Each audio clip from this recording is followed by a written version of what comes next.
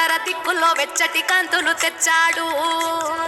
శ్రీమంతుడై కొత్త అల్లుడు అత్తారింటికి వచ్చాడు. అమ్మాయి బుగ్గలో ఎర్రటి సిగ్గులు తెచ్చాడు.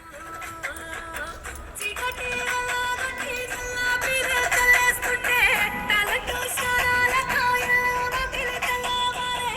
నింగిలో చుక్కలు తెచ్చి నేల మీదే కట్టేస్తుంటే రంగు రంగులు అద్దిన ముగ్గుల్లో గొప్పమ్మలు పట్టు పరికిణి కట్టుకున్నట్టు అమ్మాయి వలె కట్టు కట్టే ముచ్చటకున్నాయే.